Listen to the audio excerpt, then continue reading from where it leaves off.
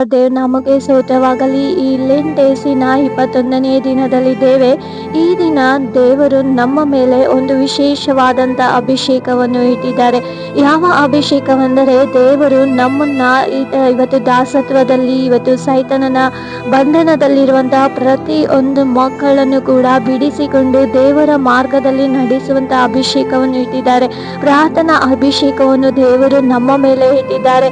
So ಇವತ್ತು ದೇವರು ನಮ್ಮನ್ನ ವಿಶೇಷವಾದಂಥ ರೀತಿಯಲ್ಲಿ ನಮ್ಮನ್ನ ಉಪಯೋಗಿಸಿಕೊಳ್ಳುವ ಆತನಾಗಿದ್ದಾನೆ.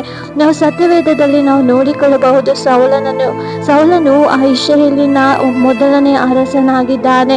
ಆತನನ್ನು ದೇವರು ಅಭಿಷೇಕಿಸಿದ್ದರು. ಯಾತಕ್ಕಾಗಿ ಅಂದರೆ, ಫಿಲಿಷ್ಟಿಯರ ಕೈಯಿಂದ ಬಿಡಿಸಿ ಕಾಪಾಡುವುದಕ್ಕಾಗಿ, ಇಸ್ರಾಯೇಲ್ ಜನಗಳನ್ನು ಕಾಪಾಡುವುದಕ್ಕಾಗಿ ದೇವರು ಆತನನ್ನು ಅಭಿಷೇಕ ಮಾಡಿದ್ರು. ಇವತ್ತು ನಿನ್ನನ್ನು ಕೂಡ ಅಷ್ಟೇ ದೇವರು ಅಭಿಷೇಕವನ್ನು ಮಾಡುತ್ತಾ ಇದ್ದಾರೆ.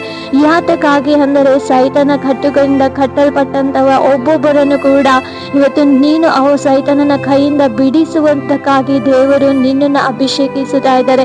ಒಂದು ವೇಳೆ ನೀನು ಇವತ್ತು ಸೌಲನ ರೀತಿಯಲ್ಲಿ ಹೇಳ್ತಾ ಇರಬಹುದು. ಸೌಲನು ಹೇಳ್ತಾನೆ, ನಾನು ಇಸ್ರಾಯೇಲರಲ್ಲಿ ಅಲ್ಪನಾದವನು, ನಾನು ಕನಿಷ್ಠವಾದವನು ಎಂಬುದಾಗಿ. ಹೌದು, ಇವತ್ತು ನೀನು ಹೇಳಬಹುದು, ನಾನು ಯಾವ ಪ್ರಯೋಜನಕ್ಕೂ ಬಾರದವನು, ನನಗೆ ಪ್ರಾರ್ಥನೆ ಮಾಡುವುದಕ್ಕೆ ಬರುವುದಿಲ್ಲ ಎಂಬುದಾಗಿ ನಾನಾ ವಿಧವಾದಂಥ ರೀತಿಯಲ್ಲಿ ಹೇಳಬಹುದು. ನನ್ನಿಂದ ಏನು ಸಾಧ್ಯವಿಲ್ಲ ಎಂಬುದಾಗಿ. ಆದರೆ ದೇವರು ಇವತ್ತು ನಿನ್ನನ್ನ ಅಸಾಧ್ಯವಾದಂಥ ಕಾರ್ಯಗಳನ್ನು ಮಾಡುವುದಕ್ಕೆ ದೇವರು ನಿನ್ನನ್ನು ಆರಿಸಿಕೊಂಡಿದ್ದಾನೆ. ನಿನ್ನ ಮೂಲಕವಾಗಿ ದೇವರು, ನಿನ್ನ ಪ್ರಾರ್ಥನೆ ಮೂಲಕವಾಗಿ ದೇವರು ಅನೇಕ ಅದ್ಭುತವನ್ನು ಮಾಡಲಿಕ್ಕೆ ಆತನು ಶಕ್ತನಾಗಿದ್ದಾನೆ. ಇವತ್ತು ನಿನ್ನ ಮೇಲೆ ಇರುವಂತಹ ಅಭಿಷೇಕವನ್ನು ಇವತ್ತು ಅರಿತುಕೊಳ್ಳಿರಿ. ದೇವರು ಯಾವ ಉದ್ದೇಶದಿಂದ ನಿಮ್ಮನ್ನ ಈ ಪ್ರಾರ್ಥನೆಯಲ್ಲಿ ನಿಲ್ಲಿಸಿದ್ದಾರೆ ಎಂಬುದಾಗಿ ನೀವು ಅರಿತುಕೊಳ್ಳಿರಿ. ನೀವು ಮಾಡುವಂತಹ ಒಂದೊಂದು ಪ್ರಾರ್ಥನೆಯಲ್ಲೂ ಜಯವನ್ನು ದೇವರು ಒದಗಿಸಿ ಕೊಡುತ್ತಾನೆ.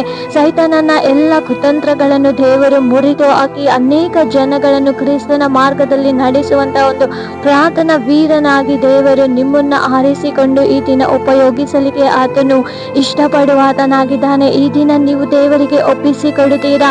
ಇವತ್ತು ಸೈತಾನನ ಇವತ್ತು ಬಂಧನದಲ್ಲಿರುವಂತಹ ಮಕ್ಕಳನ್ನು ರಕ್ಷಿಸುವುದಕ್ಕಾಗಿ ನಿಮ್ಮನ್ನ ಒಪ್ಪಿಸಿಕೊಡಿರಿ. ದೇವರು ನಿಮ್ಮನ್ನ ಆಶೀರ್ವದಿಸುವಾತನಾಗಿದ್ದಾನೆ. Thank you. God bless you.